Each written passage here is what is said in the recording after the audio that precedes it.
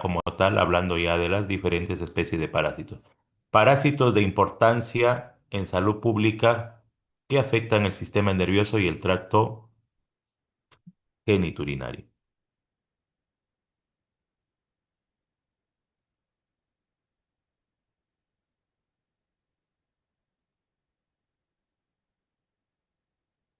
¿Ya? Las amebas de importancia clínica van a ver ustedes que tienen que ver mucho con el agua, con la utilización de lentes de contacto y que están presentes, por ejemplo, en aguas estancadas, en piscinas y que tienen o desencadenan cuadros clínicos muy rápidos, ¿sí? Muy, muy rápidos. Es decir, estas amebas, ¿sí? Producen manifestaciones clínicas rápidas que muchas veces no da chance en dar un tratamiento específico al paciente y el paciente muere rápidamente. El primer caso de ellos es la acantoamoeba SP. Es un protozoario de vida libre y se comporta como un oportunista. Presenta dos formas evolutivas. Una forma móvil e infectante, llamada trofozoito, y una forma inmóvil, ¿sí? Y resistente, que se llama quiste. El trofozoito presenta pseudópodos espinosos llamados acantópodos. Acantópodos. Es la forma activa, hemos dicho, y es la forma infectante. Se alimenta por fagocitosis. Doctor, Sí, hola. no está compartiendo pantalla. Uy, uy, uy, uy. A ver, espérate, espérate, espérate, espérate. Espérate, pido ayuda. ¿Qué pasó?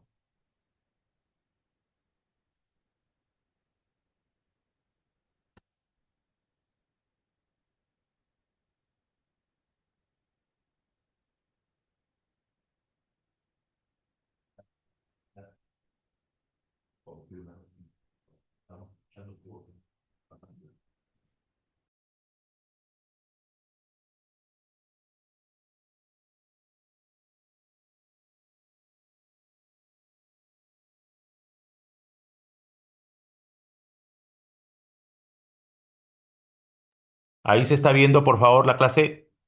Sí, doctor, ahora sí. Perfecto. Muy bien, muy bien.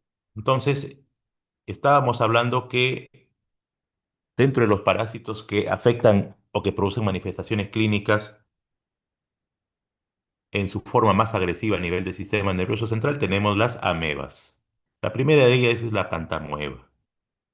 Es un protozoario de vida libre, decía, y se comporta como oportunista. Este presenta dos formas evolutivas. Una forma móvil e infectante, repito, forma móvil e infectante, ¿sí?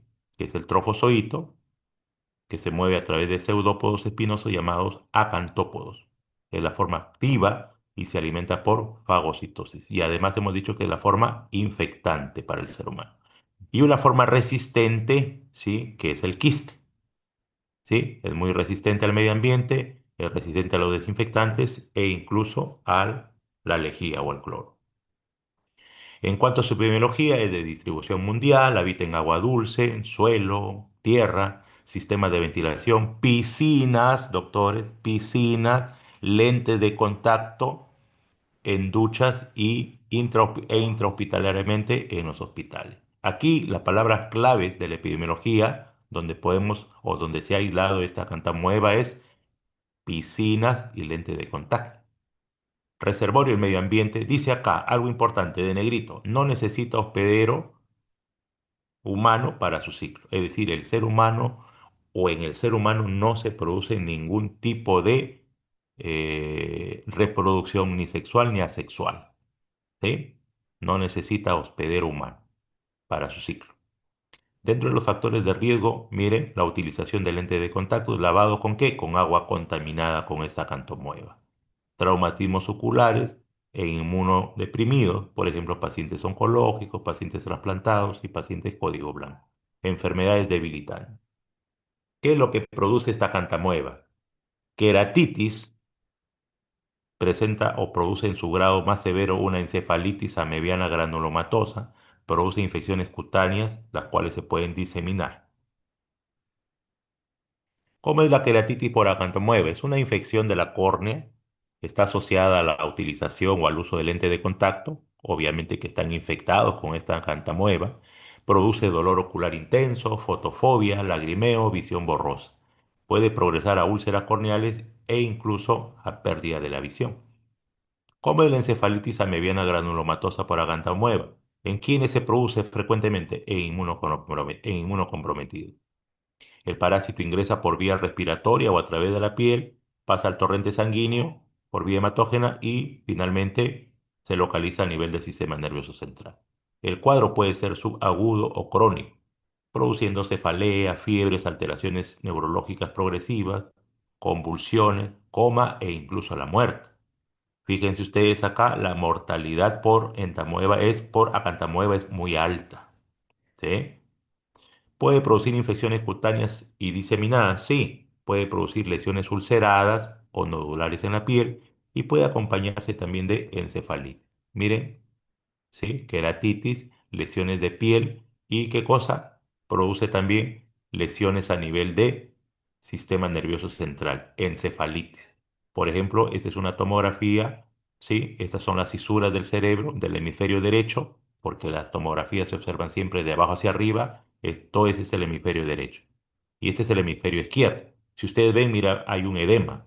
El hemisferio izquierdo está más dilatado que el hemisferio derecho. Y además vemos acá una lesión hiperdensa y acá está la lesión producida por acantamueva produciendo una encefalitis. ¿Cómo se realiza el diagnóstico? El diagnóstico es clínico o epidemiológico. Hay dolor ocular, sí. El paciente muchas veces es usuario de lente de contacto. Es un paciente inmunodeprimido muchas veces con síntomas neurológicos progresivos. Laboratorialmente, ¿cómo se evidencia? A través de un examen microscópico directo de raspado corneal, o puede hacerse una biopsia cutánea, o simplemente una biopsia de líquido cefalorraquídeo en los casos de la encefalitis, observando qué cosa, cualquiera de sus dos formas, o trofosoditos o quistes. Esta cantamueva tiene particular importancia porque crece en medios de cultivo no nutritivos, pero sí utilizan, fíjense ustedes, tiene una afinidad por la Escherichia coli, se alimenta de Escherichia coli. Los investigadores han llegado a la conclusión de que esta acantamueva, esta meva tiene afinidad por la Escherichia coli y los medios que se utilizan son agregados o son enriquecidos con Escherichia coli para permitir el crecimiento de esta acantamueva. Por otra metodología como la inmunofluorescencia, reacción en cadena de la polimerasa, tienen alta sensibilidad. En queratitis, sí, pueden verse quistes a través de la técnica de el corneal confocal in vivo, ¿ya? Es decir, se extrae una biopsia de la córnea que presenta la queratitis y eso se observa al microscopio electrónico. En cuanto al tratamiento de la queratitis por esta cantamueva, se utiliza la combinación de biguanida, ¿sí? El tratamiento es prolongado y en casos graves, ¿qué cosa hay que hacer? Quirúrgicamente una queratoplastía. En la enfermedad por ameba granulomatosa y en los casos de diseminación por esta cantamueva, es difícil el tratamiento y poco efectivo. Se ha utilizado la miltefosina, los derivados de los azoles, como por ejemplo algunos antimicóticos que también se han utilizado para el tratamiento de estas amebas, vean ustedes. Las amebas son tratadas con metronidazol, ¿sí? Con tinidazol, con secnidazol, pero también se ha visto que cuando el tratamiento se usa combinado con otros azoles como los antimicóticos, también tienen efectos benéficos en el tratamiento de ellos. Por ejemplo, el itraconazol, que se utiliza para el tratamiento de los hongos. El boriconazol, que también se utiliza para el tratamiento de los hongos. La anfotericina B, que se utiliza para el tratamiento de qué? De la micosis sistémica y en combinaciones con la pentamidina.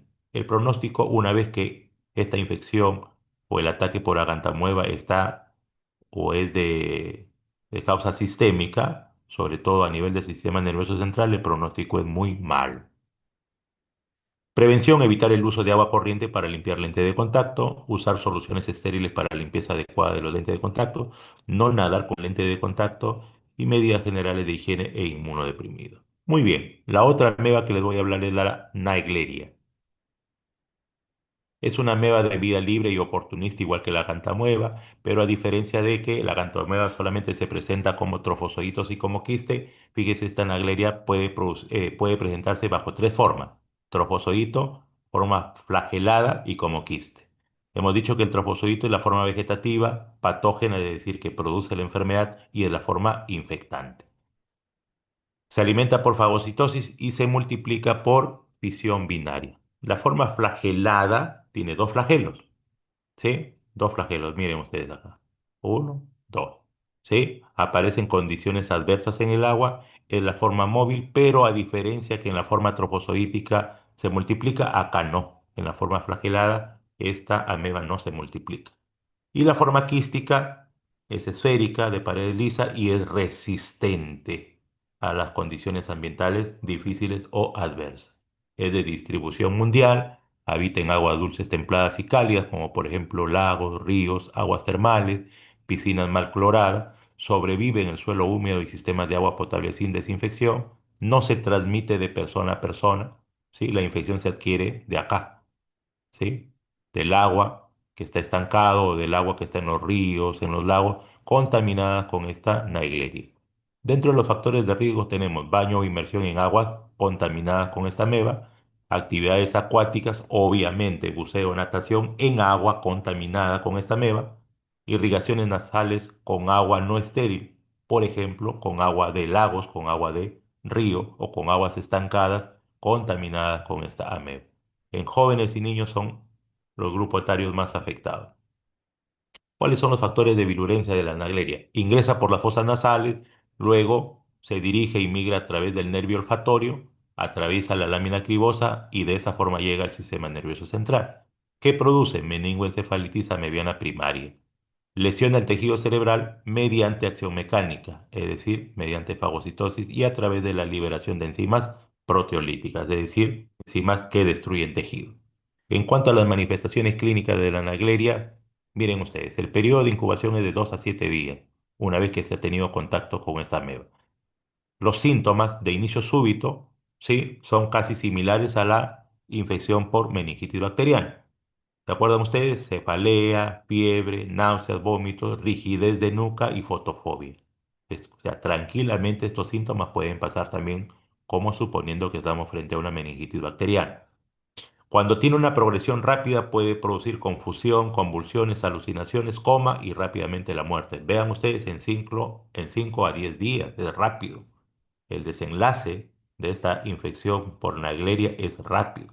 Tiene una mortalidad, vean ustedes, llamativa, ¿no? Mayor del 95%, o sea, es bien, bien letal. Muy pocos sobrevivientes reportados. ¿Cómo se realiza el diagnóstico cuando hay sospecha clínica? Sí, meningitis aguda en pacientes con antecedente de natación en agua dulce cálida, ¿no? Es decir, cuando hay un cuadro muy similar a la infección por meningitis, pero que existe este antecedente, ¿no? El paciente siempre nos va a manifestar, doctor, todo empezó hace 7 días o hace 5 días, me fui a la piscina y de ahí me empezó a doler la cabeza, cefalea intensa, me dio fiebre, hoy no tolero la luz y no puedo mover mucho mi cabeza. ¿Por qué? Porque hay rigidez de nuca, ¿no? Entonces, cuando hay este antecedente, sí, estamos obligados a sospechar de una infección por Naegleria. ¿Cómo es el diagnóstico laboratorial? Es el estudio del líquido cefalorraquídeo. ¿Qué características va a tener este líquido cefalorraquídeo? Va a ser un líquido cefalorraquídeo purulento, la glucosa va a estar disminuida, hay una alta concentración de proteínas y hay leucocitosis. Típico como si fuera una meningitis bacteriana. En cuanto a la microscopía fresca, vamos a ver, sí, los trofozoitos móviles. Si yo quiero colorear una muestra, también puedo utilizar yo la coloración Wright o coloración IEMSA. Y también lo puedo identificar a la inmunofluorescencia. La reacción en cadena de la polimerasa tiene una alta sensibilidad, pero no es aplicable en los centros. ¿Por qué? Porque es demasiado caro. El diagnóstico es casi siempre post-mortem, vean ustedes. ¿Por qué? Porque el periodo de incubación es rápido, entre 2 a 7 días. Y hemos dicho que produce, ¿qué cosa? Manifestaciones sistémicas, o sea, va rápidamente al sistema nervioso central y produce eventos rápidos, cosa que el no nos da mucho chance de tratar adecuadamente al paciente. El paciente se muere, pero el diagnóstico casi siempre se hace a la necropsia, es decir, post-mortem. No da mucho chance. En cuanto al tratamiento, vean ustedes, ¿sí? Los medicamentos más utilizados son la anfotericina B vía intravenosa e intratecal, es decir, directamente al cerebro. La miltefosina. ¿sí? Es un antiparasitario nuevo con cierta eficacia. La combinación con los azoles, es decir, con algunos antimicóticos, como por ejemplo el fluconazol, el voriconazol y la rifampicina. Requiere un diagnóstico temprano y una terapia agresiva. Hemos dicho por qué, porque el periodo de incubación es corto y las manifestaciones clínicas son rápidas, que conllevan rápidamente a la muerte del paciente. No nos da mucho chance. En cuanto a la prevención, evitar nadar en aguas dulces, cálidas, contaminadas con esta ameba, mantener piscinas adecuadamente cloradas, no usar agua del grifo para irrigaciones nasales, teniendo en consideración que esta agua puede estar contaminada. Lo que se quiere es utilizar agua estéril o hervida. No introducir agua en la nariz durante actividades acuáticas en áreas endémicas. Pasamos a la otra ameba que es la Balamutia mandrilaris. También es una ameba de vida libre y patógena para el ser humano. Presenta dos formas, como trofozoito y como quiste. Hemos dicho que como trofozoito es la forma vegetativa, pero infecciosa. Y el quiste es la forma, ¿qué cosa? De resistencia. Tener en cuenta que no tiene fase flagelada. Es de distribución mundial, habita también en el suelo, agua contaminada, polvo, plantas, ambientes hospitalarios. Si ustedes se dan cuenta, estamos ya tratando la tercera especie de ameba y todas tienen un denominador común, el agua contaminada. Entonces, esta ameba tiene afinidad por el agua, ¿sí? Ya sea el agua de lagos, el agua de ríos, el agua de piscina, ¿sí? Hay casos raros, pero probablemente subdiagnosticados. ¿Y quiénes son los grupos de riesgo para la infección por Balamutia? Los inmunocomprometidos, aunque también afecta a personas inmunocompetentes. Vean ustedes, esta es otra característica de las amebas. Mortalidad muy alta. La anterior tenía más del 95%. Esta está por arriba también del 90%, lo que le confiere un grado de virulencia altísimo. En cuanto a la patogenia, las vías de entrada pueden ser respiratorias, pueden ser cutáneas y puede ser por torrente sanguíneo, es decir, por diseminación hematógena. Por vía respiratoria, a través de la inhalación de polvos con quistes de esta ameba. Por vía cutánea, a través de heridas o lesiones en la piel. ¿Sí? A veces nosotros tenemos microlaceraciones y eso desde ya es una vía de entrada para esta ameba. Una vez que esta ameba ingresa al torrente sanguíneo, se localiza o se dirige, ¿sí? Directamente al sistema nervioso central. Otro denominador común de estas amebas es que tienen, ¿qué cosa? Neurotropismo, es decir, afinidad por el sistema nervioso central. También, miren ustedes, produce una encefalitis amebiana granulomatosa, como en el caso de la cantomoeba, y el curso puede ser subagudo o crónico. Chicos, ¿me están escuchando? Sí, doctor. Sí, doctor. En cuanto a las manifestaciones clínicas por esta ameba, puede producir placas, nódulos o úlceras crónicas en cara. Vean ustedes este caso, ¿sí? Miren este caso, ¿sí? Además también en tronco y extremidades. Pueden producir lesiones violáceas o eritematosas sin dolor. Miren, esta es una lesión en cara eritematosa. Y esta es ¿sí? Una lesión en cara, en la nariz en todo caso, ¿sí? Ulceradas, nodulares y, ¿qué cosa? Violáceas, ¿no? Pueden preceder a la afección cerebral, es decir, pasar de la piel al torrente sanguíneo y por vía hematógena se dirigen ¿dónde? Al sistema nervioso central, donde pueden producir también una encefalitis. La encefalitis amebiana granulomatosa, por esta ameba, valga la redundancia, producen síntomas inespecíficos al inicio, cefalea, fiebres, náuseas, alteraciones conductuales, evolución a convulsiones, déficit neurológico focal, coma y finalmente la muerte del paciente. Progresión más lenta que la Naegleria, esta tiene, digamos que sí puede ser también, puede desencadenar rápidamente la muerte, ¿sí? Pero puede durar de semanas a meses. Pero aún así, su mortalidad, vean ustedes, es altísima, del 90 al 98%. Esta es una resonancia magnética, miren, en este hemisferio derecho hay acá una zona hiperdensa, ¿sí? Con un anillo grueso, y esta es la encefalitis producida por esta ameba. ¿Cómo se realiza el diagnóstico? El diagnóstico es muy difícil y es a menudo post-mortem. Si se desea realizar un diagnóstico clínico epidemiológico es a través del estudio de las lesiones cutáneas más los síntomas neurológicos en los inmunocomprometidos. En laboratorio se puede utilizar biopsia de piel o cerebro para observar los trofozoitos y quistes por esta ameba. en la histopatología para determinar o visualizar la inflamación granulomatosa que el mismo organismo produce, ¿sí? Para defenderse por la infección por esta ameba. También se puede utilizar la inmunofluorescencia o también la inmunistoquímica específica. La reacción en cadena de la polimerasa es el método más sensible, pero hemos dicho que no es aplicable porque es demasiado costoso. ¿Sí? ¿Puedo utilizar yo imágenes? Sí. ¿Sí? Por ejemplo, las tomografías y la resonancia magnética. El tratamiento, no existe una terapia estándar, pero se ha usado la miltefosina, también en combinación con los azoles, por ejemplo, metronidazol, tinidazol, ceinidazol, ornidazol, o también en combinación con otros azoles antimicóticos, cuáles el itraconazol, el fluconazol, el boriconazol. También se ha utilizado la pentamidina, la flutisoxina y la sulfadiazina. El tratamiento es prolongado con escasos casos de éxitos reportados. En cuanto a la prevención, evitar el contacto con tierra o polvo contaminado en personas inmunocomprometidas. Cuidado adecuado de heridas cutáneas, no existe vacuna por el momento y la difusión de medidas de higiene en zonas endémicas debe ser la prioridad. Toxoplasma gondii. Acá presten atención, por favor. Toxoplasma gondii. Cuando ustedes escuchen toxoplasma, inmediatamente acuérdense del gato. ¿Y qué es lo que produce la toxoplasmosis? La toxoplasmosis cerebral es la manifestación clínica más severa. Vuelvo a repetir, cuando ustedes escuchen toxoplasmosis, inmediatamente acuérdense de su gatito, ¿ya? Y asocien siempre a la infección por toxoplasmosis, en este caso por el Toxoplasma gondii, su evento o su manifestación clínica más severa se da a nivel del sistema nervioso central. Ya vamos a hablar que existe una tríada y en alguna literatura le llaman una tetrada, que la vamos a hablar más adelante. Es un protozoario intracelular obligado, está resaltado con negrito.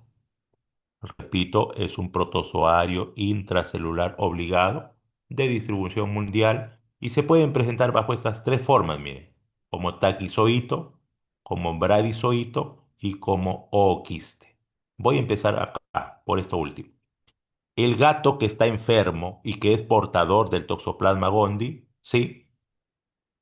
Cuando defeca, el gato enfermo con toxoplasma, cuando defeca, elimina por las heces ooquistes, vean ustedes.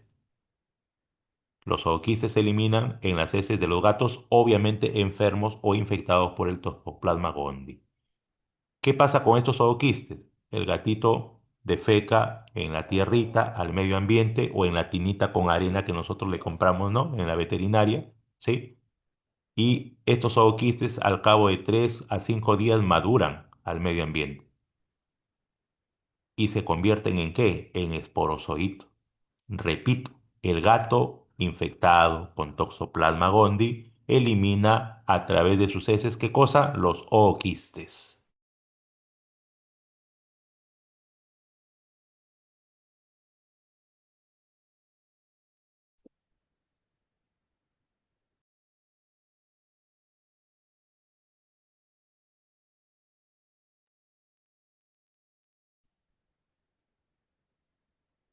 Listo. Entonces les decía que cuando ustedes escuchen de Toxoplasma gondii, acuérdense de su gatito.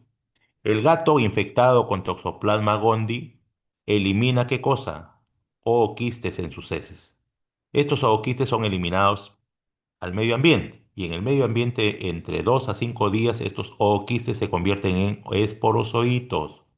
Los esporozoitos son la forma infectante para el ser humano. Doctor, ¿y cómo el ser humano se va a infectar con esporozoitos? Fácil. Cuando, por ejemplo, nosotros vamos y le cambiamos la arenilla o la arenita donde el gatito defeca y no nos ponemos guantes y no nos ponemos mascarilla y encima no lo hemos llevado a nuestro gatito a que lo vacunen o lo desparasiten, esa es una forma. O cuando el gato vive, por ejemplo, no sé, cuando defeca en la calle, ¿sí? Cuando defeca en el campo, para las personas que tienen sus gatitos en el campo y contamina, ¿sí? Los alimentos, la comida, ¿sí? Con sus huevos, ¿no? También de esa forma el ser humano se infecta. Entonces, cuando yo les pregunte a ustedes cuál es la forma, esto lo tienen que aprender sí o sí.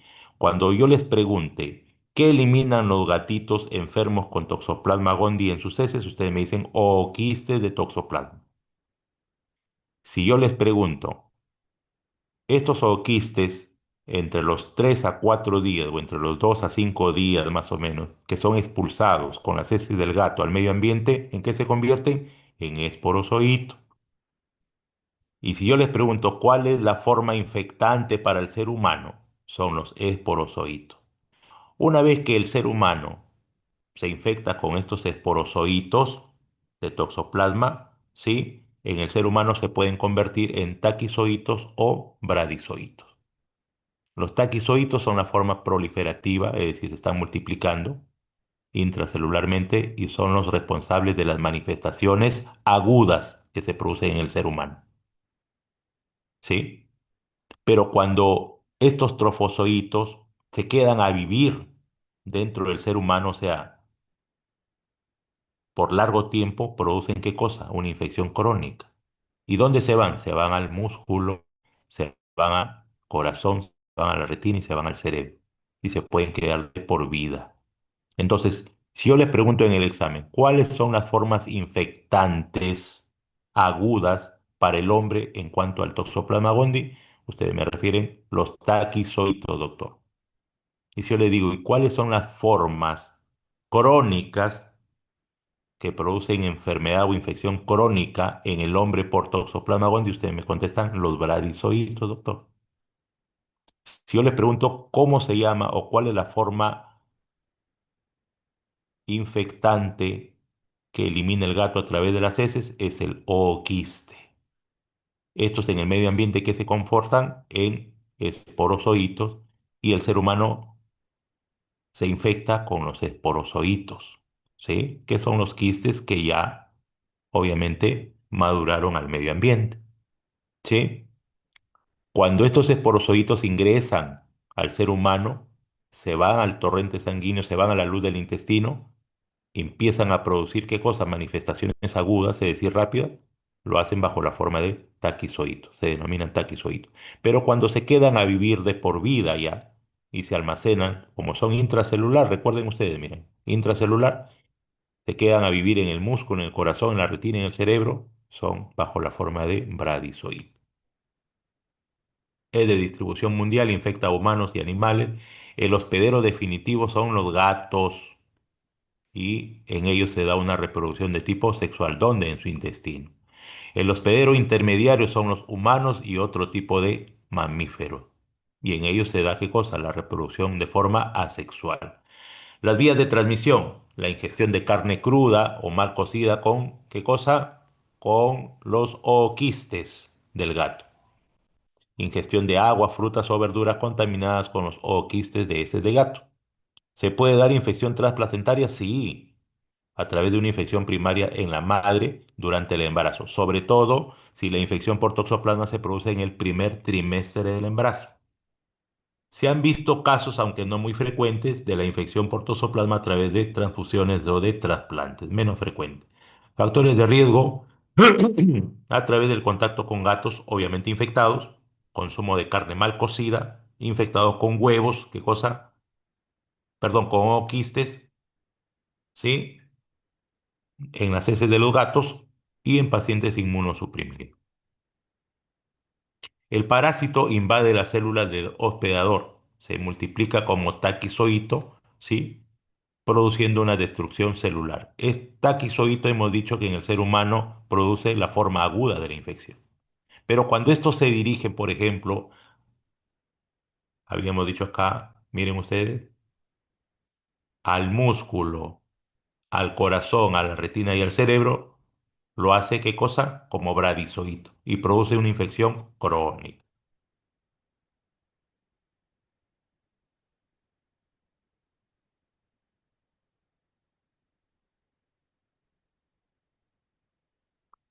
Muy bien. El sistema inmune controla la infección, pero no la erradica, ¿sí? Por eso es que a veces vemos casos crónicos de toxoplasma. En inmunocomprometido o en fetos, la infección es grave porque produce un daño tisular, ¿dónde? A nivel de cerebro, ojos y de corazón. Manifestaciones clínicas en personas inmunocompetentes es asintomática, vean ustedes. Es decir, no producen sintomatología alguna, pero pueden estar, ¿sí? Con toxoplasma, infectados con toxoplasma. Puede causar un simple síndrome mononucleósido. El síndrome mononucleósido se caracteriza por esto, doctor, por estas tres cosas básicamente. Hay una triada en el síndrome mononucleósido, vuelvo a repetir, hay fiebre, hay linfadenopatía, sobre todo cervical, a nivel cervical, se inflaman los ganglios del cuello, linfadenopatía y dolor de garganta. Ese es el famoso síndrome mononucleósido. ¿En quiénes se da? En inmunocompetentes. Puede haber dolor muscular y cansancio.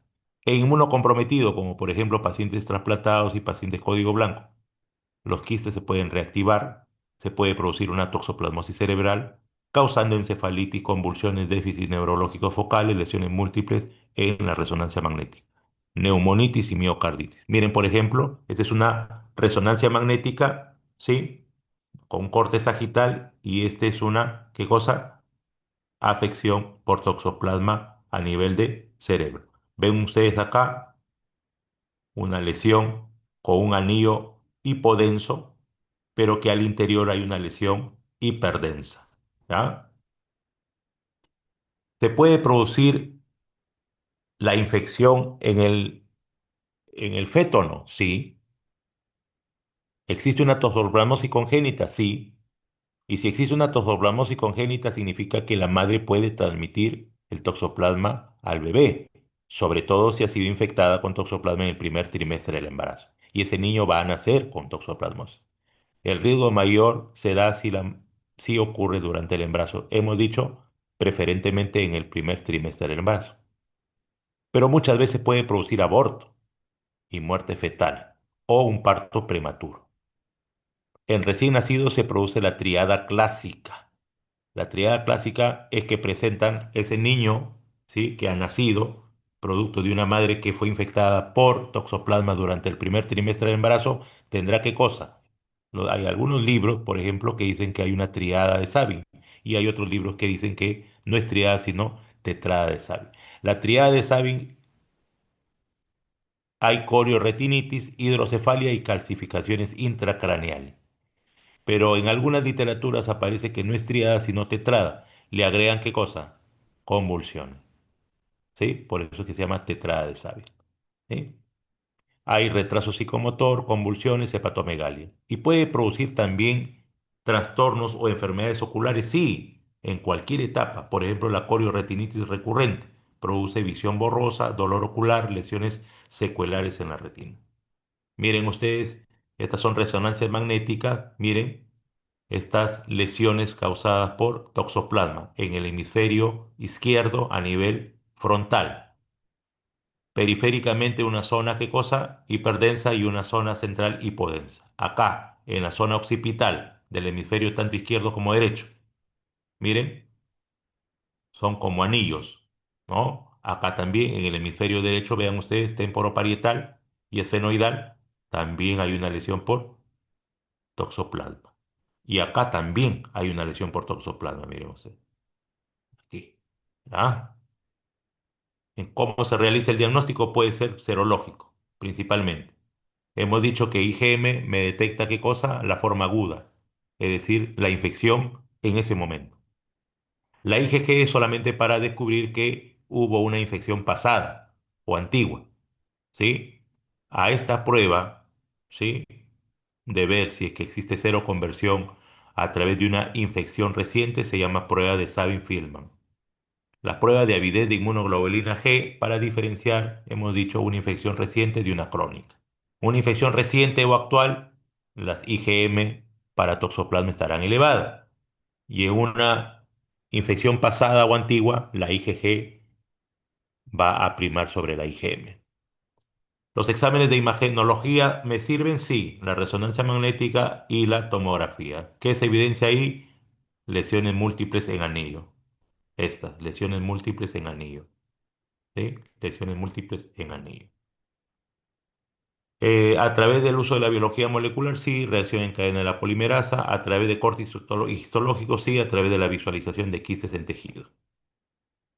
Tratamiento en inmunocompetentes, no, porque es asintomática, hemos dicho, ¿sí? Solamente se da un síndrome mononucleósido, ¿verdad? Fiebre, adenopatías y dolor de garganta.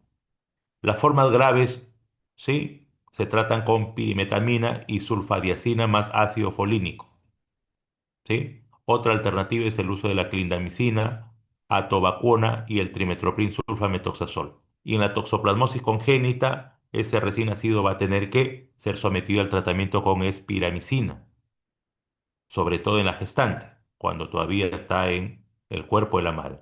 Y también, sí, en los neonatos, la utilización de la pirimetamina más sulfadiazina. En cuanto a la prevención, cocción adecuada de la carne a temperaturas igual o mayores de 67 grados. Lavar bien las frutas y verduras, obviamente que no estén infestados con los o quistes de gato enfermo. Evitar contacto con heces de gatos. En mujeres embarazadas, evitar limpiar cajas de gato. Estas cajas de gato se refieren a las cajitas que eh, sirven para colocar la arena, ¿no? Hay una arenita para gatos para que hagan sus heces y orinen ahí que venden en las veterinarias. El uso de agua debe ser hervida y clorada y un control serológico en embarazadas en zonas endémicas, ¿sí? Toxocara. Toxocara canis y Toxocara catis. Es la tenia del perro y la tenia del gato. Hospedador, el Toxocara canis. Hospedador definitivo es el perro y el Toxocara catis, el hospedador definitivo es el gato. Los huevos tienen una cáscara gruesa y rugosa y son eliminados en las heces de perros y gatos, obviamente infectados, ¿no? Estos huevitos al medio ambiente, sí, se van a volver embrionados y se van a convertir en larvas, ¿ve? Así. Este es un huevo larvado, por ejemplo. Este es otro huevo larvado. Tienen una larva, ¿sí? Estas larvas se forman al medio ambiente, ¿ya? O también estas larvas se forman cuando ingresan al ser humano. Y la forma adulta solamente quedan en el intestino de los huéspedes definitivos. ¿Quiénes son los huéspedes definitivos? El perro y el gato. Es de distribución mundial, sobre todo en zonas tropicales y subtropicales. Miren ustedes, el hospedero definitivo, el, el perro, en el caso del Toxocara canis, y el gato en el caso del Toxocara canis.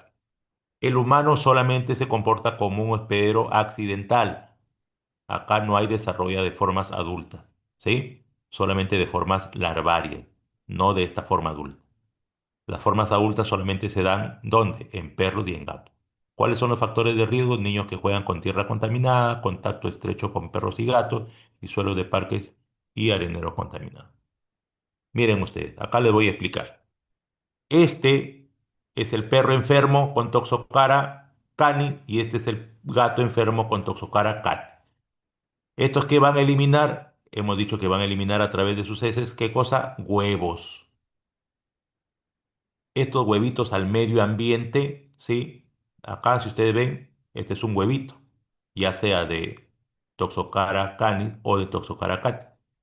Pero por las temperaturas, por la humedad que encuentran estos huevitos al medio ambiente, vean ustedes, se van a volver embrionados, se multiplican y al interior se desarrolla una larva en el medio ambiente.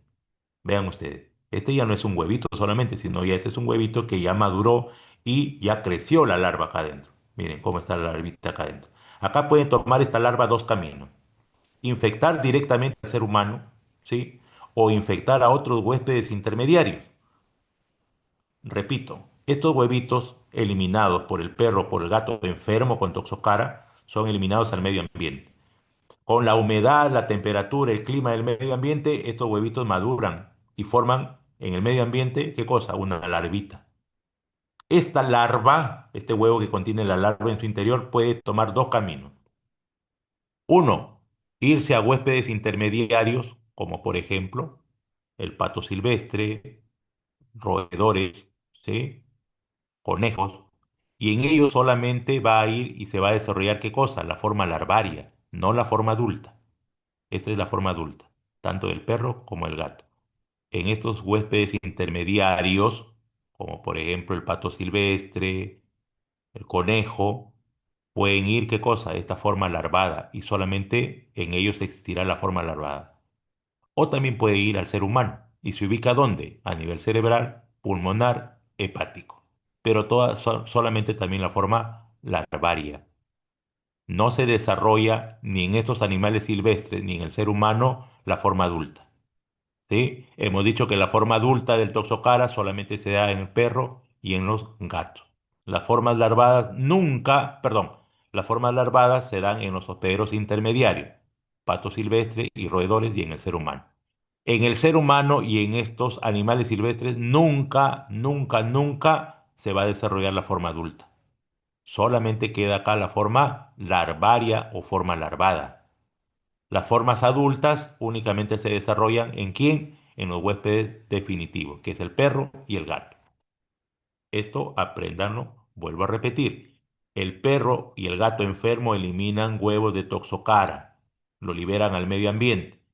En condiciones de humedad, calor, estos huevitos se vuelven fértiles y se desarrolla la larva al interior, en el medio ambiente. Estos huevitos larvados, ¿sí? A través de los alimentos, a través del agua, pueden ir y alojarse a los huéspedes intermediarios, que pueden ser animales salvajes o, en todo caso, en el ser humano. Y estas larvas se desarrollan en ellos, tanto en animales salvajes o en el ser humano. Si es en el ser humano, estas formas larvadas pueden ir al cerebro, al pulmón y al hígado. Y en los animales domésticos, igual. Pero es la forma adulta la que solamente se desarrolla en el perro y en el gato. Nunca la forma adulta se desarrolla ni en el hombre ni en los animales domésticos. En ellos solamente queda bajo la forma de larva. ¿Sí? Les voy a preguntar. La enfermedad en humanos se debe a la migración de larvas y la respuesta inflamatoria granulomatosa en órganos. Manifestaciones clínicas, larva migrans visceral, afecta el hígado, pulmones, cerebro, como los había manifestado acá. Aquí. Hígado, pulmón y cerebro, bajo la forma larvaria. A eso se llama larva migrans visceral. Produce fiebre, hepatomegalia, tos, sibilancias, eosinofilia marcada. En casos graves puede producir convulsiones, encefalitis y miocarditis. La larva migrans ocular afecta la retina y el vitrio ocular, produciendo estrabismo, disminución de la agudeza visual, lesiones granulomatosas que simulan un retinoblastoma. La larva migrans cutánea, sí, que es raro y que es más típico en el ancilostoma duodenale, puede producir lesiones pruriginosas serpiginosas. Y puede existir también un tipo de toxocariosis oculta o subclínica. Hay síntomas inespecíficos como dolor abdominal, tos, fatiga y eosinofilia persistente. Miren, esta es la forma adulta de toxocara. Este es un huevito de toxocara. Esta es la forma adulta de toxocara y este es otro huevito de toxocara. En cuanto al diagnóstico es clínico epidemiológico, hay siempre antecedentes de contacto con perros, gatos, los niños expuestos a suelos contaminados. Laboratorialmente, estas parasitosis producen una eosinofilia periférica y se pueden detectar también de la metodología ELISA a través de la visualización o titulación de anticuerpos de tipo IgG para Toxocar. Imagenológicamente se puede utilizar ultrasonografía abdominal, es decir, ecografía abdominal, tomografías y resonancia magnética. Fondo de ojo, sí, para ver las afecciones oculares, en las cuales se va a evidenciar lesiones granulomatosas típicas de la afección por larva migrans ocular. Los huevos no se encuentran en heces humanas, porque no hay formas adultas en el intestino. Sí, eso ya lo hemos hablado y lo hemos explicado. En cuanto al tratamiento, ¿sí? La larva migrans visceral se trata con albendazol y con algunos corticoides. ¿Por qué? Ustedes me preguntarán y dirán, doctor, ¿y qué tiene que ver acá los corticoides? Los corticoides se utilizan para disminuir el compromiso a nivel del sistema nervioso central y disminuir el compromiso pulmonar, tanto de la misma eh, respuesta inflamatoria que produce el sistema inmunológico en el ser humano, ¿no? En cuanto a la larva migrans ocular, se utilizan corticoides y también se puede utilizar una cirugía o fotocoagulación láser.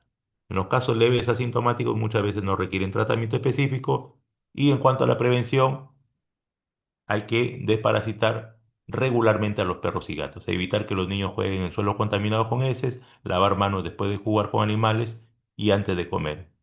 Lavar bien las frutas y verduras y cubrir los areneros infantiles.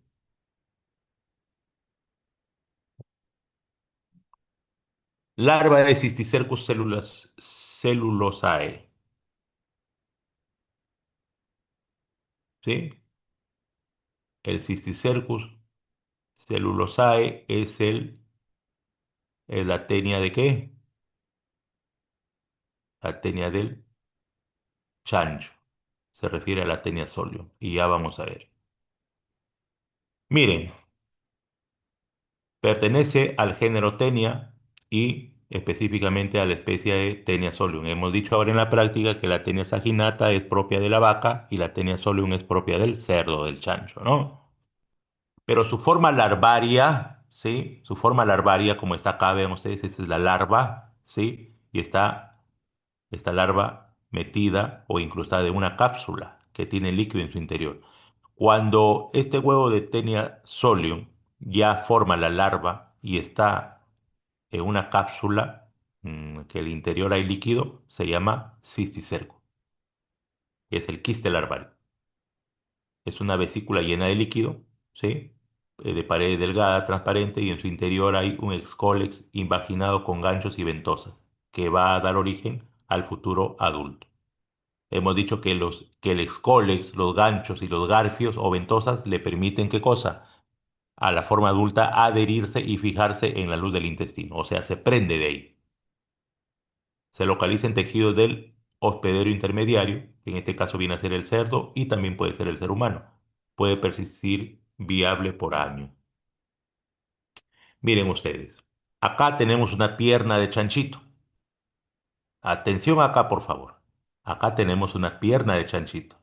Y esto que ustedes ven acá, estas tres burbujitas con larvitas adentro, ¿qué cosas son? Los cisticercos.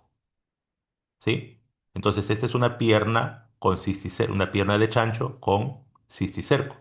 O sea, obviamente esta pierna procede de un chancho ya enfermo con tenia sólida, que tiene cisticerco. Por mala cocción o una cocción inadecuada, el ser humano consume esta pierna de cerdo con cisticerco. Lo consume. Acá está. Estos cisticercos ingresan al organismo, llegan al intestino y este cisticerco empieza a madurar y se convierte en una tenia como la que hemos visto ahora en práctica, es decir, en una forma adulta de tenia solium, grandota, que puede medir entre 4 hasta 8 metros. Y esta forma adulta de tenia, ¿sí? Que ya se formó en el intestino del ser humano, va a empezar a producir huevitos. ¿Dónde? En sus proglótides. La proglótide que hemos dicho que es, ¿qué cosa? Es un fragmento de la tenia. Miren acá los cuadraditos. Cada cuadradito es un proglótide que está acá. Y en el proglótide tiene todo su sistema digestivo y su sistema de fertilización. Esta proglótide produce millones de huevos al día. Y estos huevitos, ¿sí? Productos de esta proglótide, que es parte de esta tenia que está en el intestino del ser humano, sale con las heces. Millones de huevos. En este caso de huevos de tenia sol. Estos huevos que son eliminados con las heces del ser humano, por ejemplo, cuando el ser humano vive en el campo, ¿no? En el campo hay animales domésticos como el chancho y a veces están sueltos los chanchos, ¿no es cierto? Acá este huevito de Taenia solium que se ha producido y que está eliminando este ser humano a través de las heces, cae al medio ambiente. Y puede suceder dos cosas. Puede tomar dos caminos.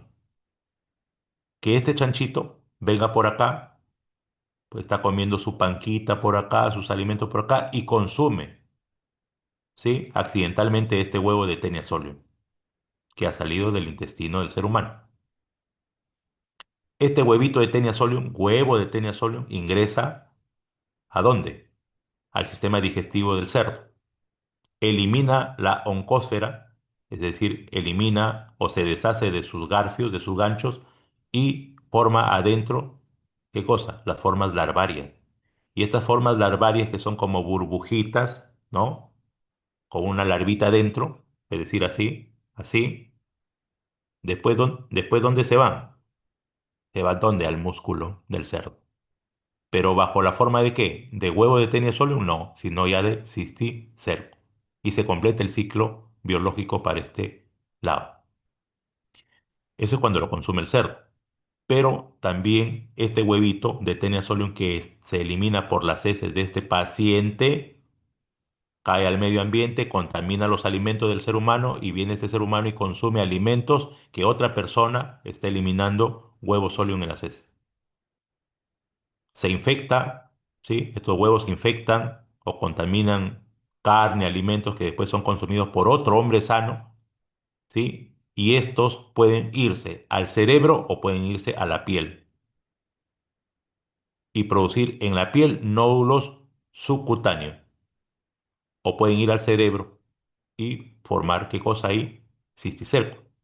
Cuando van al cerebro, forma cisticercosis humana, neurocisticercosis,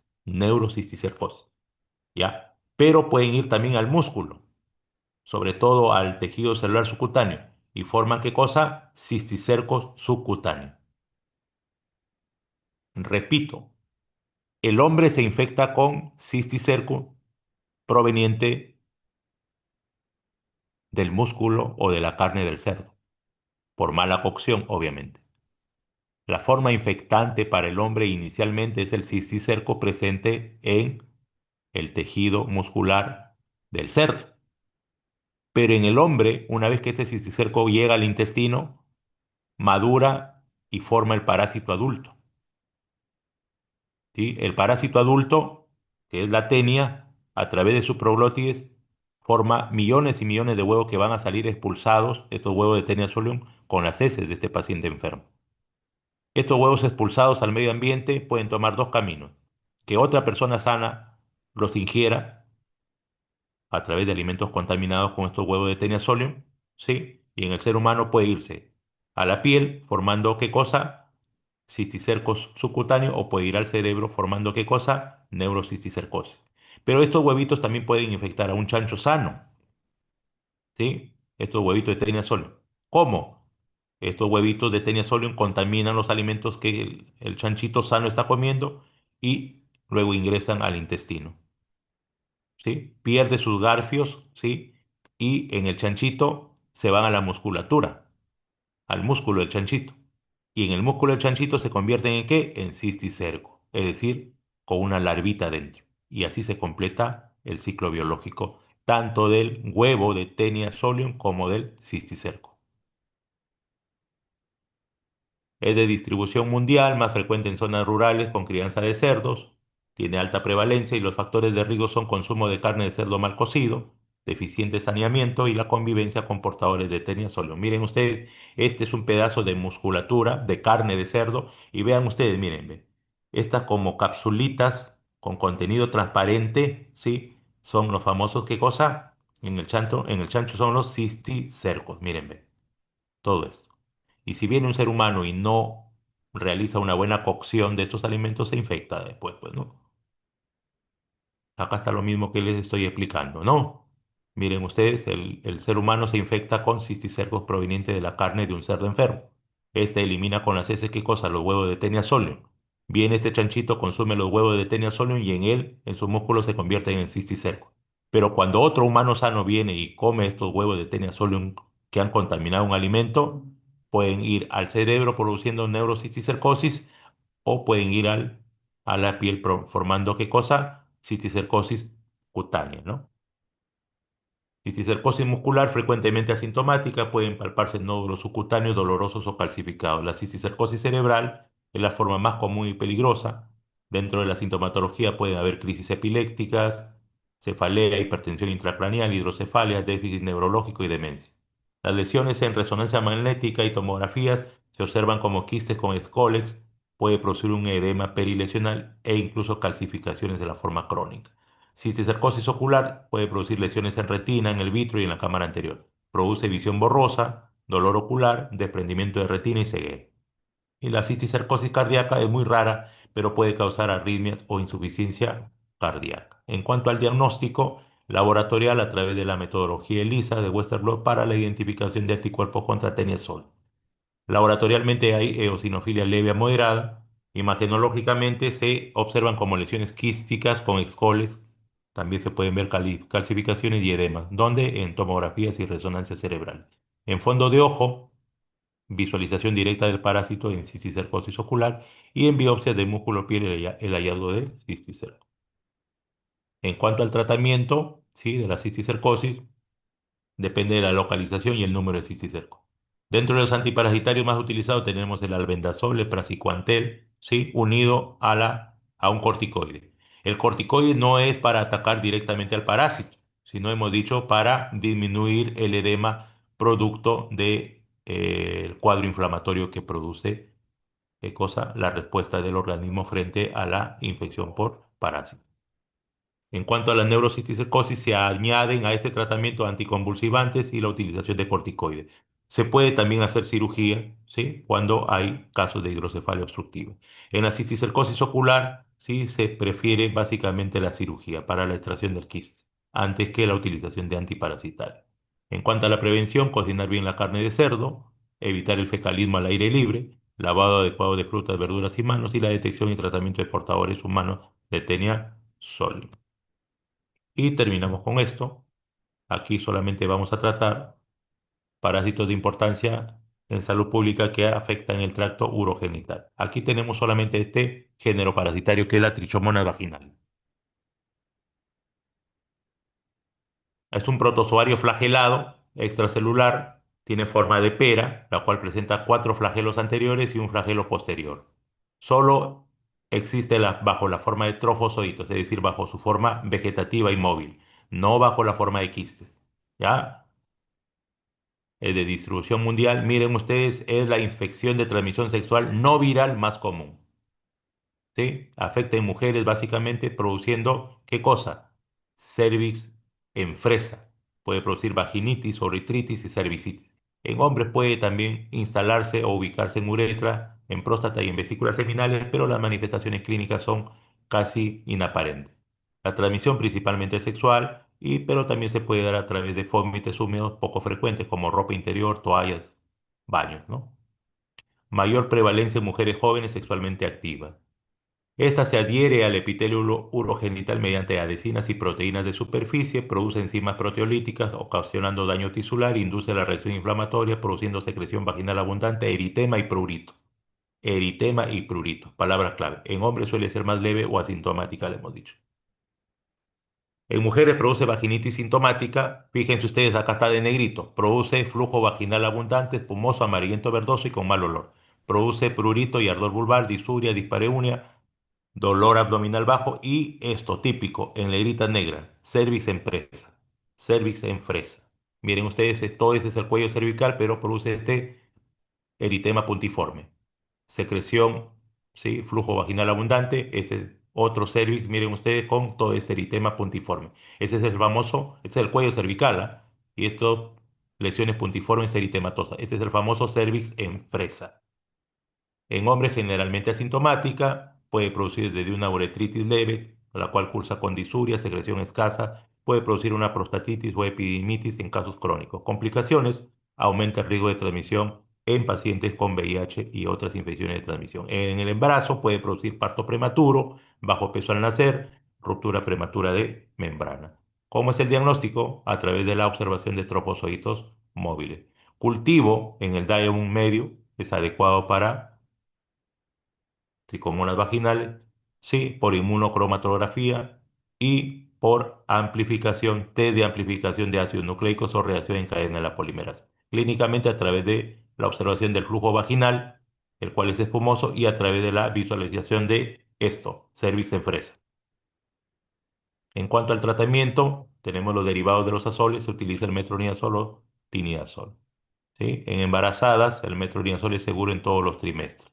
En cuanto a la prevención, educación sexual y uso de preservativos, detección y tratamiento oportuno en parejas sexuales y evitando compartir ropa interior, toallas u objetos húmedos contaminados. Hemos acabado, chicos. ¿Sí? ¿Alguna